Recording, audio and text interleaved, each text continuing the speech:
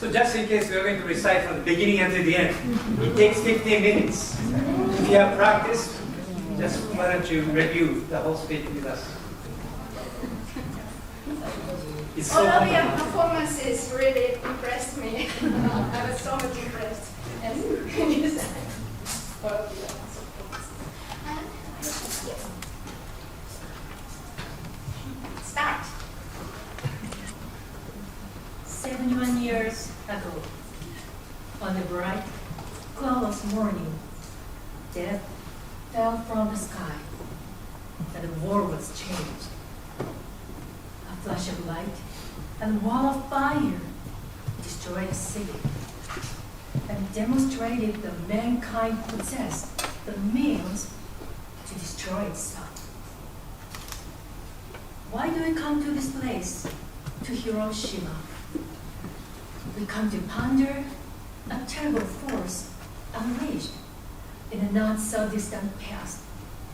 We come to mourn the dead, including over 100,000 Japanese men, women and children, thousands of Koreans, a dozen Americans held prisoner. Your souls speak to us. They ask us to look inward and take stock of who we are and what we might become. It is not the fact of war that sets Hiroshima apart. Artifacts tell us that violent conflict appeared with the very first man, our early ancestors having learned to make blades from flint, spears from wood, use these tools not just for hunting, but against their own kind. On every continent, the history of civilization is filled with war, whether driven by scarcity of grain or hunger for gold, compelled by nationalist fervor or religious zeal. Empires have risen and fallen. Peoples have been subjugated and liberated, and at each juncture, innocents have suffered a countless toll, their names forgotten by time. The World War that reached its brutal end in Hiroshima and Nagasaki was for among the wealthiest and most powerful nations. Their civilizations have given the world great cities and magnificent art. Their thinkers and advanced ideas of justice and harmony and truth. And yet, the war grew out of the same base instinct for domination or conquest that had caused conflicts among the simplest tribes. An old pattern amplified by new capabilities and without new constraints. In the span of a few years, some 60 million people would die. Men, women, children. No different than us. Shot, beaten, marched, bombed, jailed, starved, gassed to death. There are many sites around the world that chronicle this war. Memorials that tell stories of courage and heroism. Graves and empty camps that echo unspeakable depravity.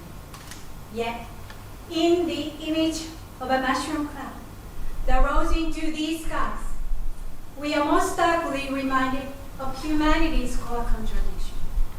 How the very spark that marks us as a species, our thoughts, our imagination, our language, our toolmaking, ability to set ourselves apart from nature and bend it to our will.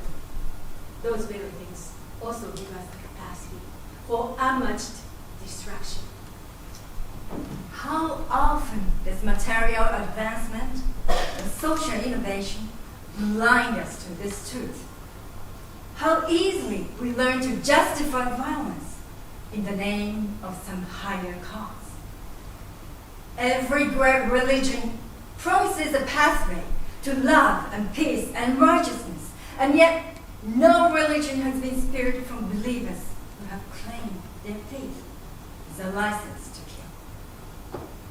kill. Nations arise, telling a story that binds people together in sacrifice and cooperation, allowing for remarkable feats, but those same stories have often been used to oppress and dehumanize those who are different. Science allows us to communicate across the season, fight up the problems, to cure disease, and understand cosmos. But those same discoveries can be turned into ever more efficient killing machines. The wars of the modern age teach us this truth. Hiroshima teaches this truth. The technological progress without an equivalent progress in human institutions can do this. The scientific revolution that led to the splitting of an atom requires moral revolution as well. That is why we come to this place. We stand here in the middle of this city and force ourselves to imagine the moment the bomb fell. We force ourselves to feel the dread of children confused by what they see. We listen to a silent cry. We remember all the innocents killed across the arc of that terrible war, and the wars that came before, and the wars that will follow. Mere words cannot give voice to such suffering, but we have a shared responsibility to look directly into the eye of history and ask what we must do differently to curb such suffering again. Someday, the voices of Hiroshima will no longer be with us to bear witness. The memory of that morning, of August 6, 1945, must never fade. That memory allows us to fight complacency. It fuels our moral imagination. It allows us to change. And since that fateful day, we have made choices that give us hope. The United Nations and Japan forged not only an alliance, but a friendship that has won far more for our people than we could ever claim through war. The nations of Europe built a union that replaced battlefields with bonds of commerce and democracy, oppressed peoples and nations, one revelation. An international community established institutions and treaties that work to avoid war and aspire to restrict and roll back and ultimately eliminate the existence of nuclear weapons. Still, every act of aggression between nations, every act of terror and corruption and cruelty, aggression that we see around the world, shows our work is never done. We may not be able to eliminate man's capacity to do evil, as nations and the alliances that we formed must possess the means to defend ourselves. But among those nations, like my own, that hold nuclear stockpiles, we must have the courage to escape the logical fear and pursue a world without them. We may not realize this goal in my lifetime, but persistent effort can roll back the possibility of catastrophe. We can chart a course that leads to the destruction of these stockpiles. We can stop the spread to new nations and secure deadly materials from fanatics. And yet, that is not enough. For we see around the world today how even the crudest rifles and barrel bombs can serve up violence on a terrible scale. We must change our mindset about war itself.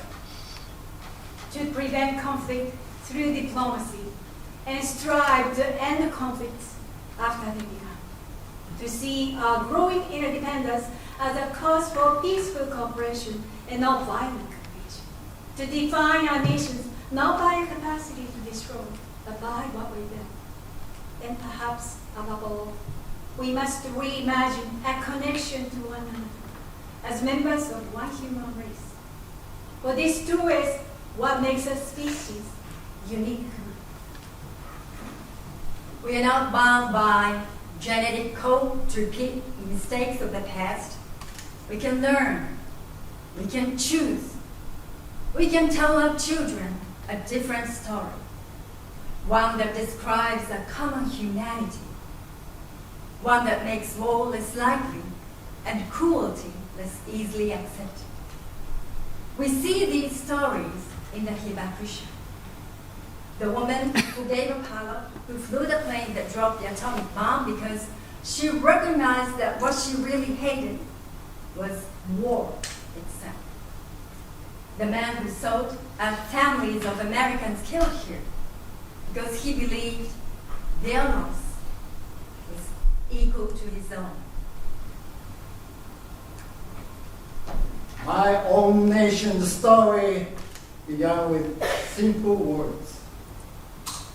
All men are created equal and endowed by a creator with certain unalienable rights, including life, liberty, and the pursuit of happiness. Realizing that idea has never been easy, even within our own borders, even among our own citizens. But staying true to that story is worth the effort. It is an ideal to be strived for, an ideal that extends across continents and across oceans.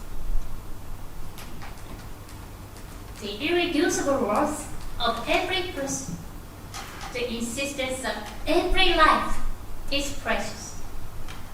The radical and necessary notion that we are part of a single human family. That is a story that we all must tell. That is why we come to Hiroshima. So that we might think of people we love. The first smile from a children in the morning. The gentle touch from a spouse over the kitchen table. The comforting embrace of a parent. We can think of those things and know that those same precious moments took place here 71 years ago. Those who died, they are like us. Ordinary people understand this, I think. They do not want more war. They would rather that the wonders of science be focused on improving life and not eliminating it. When the choices made by nations When the choices made by leaders reflect this simple wisdom. and the lesson of Hiroshima is done. The world was forever changed here. But today, the children in this city will go through their day in peace. What a precious thing that is. It is worth protecting. And then extending to every child.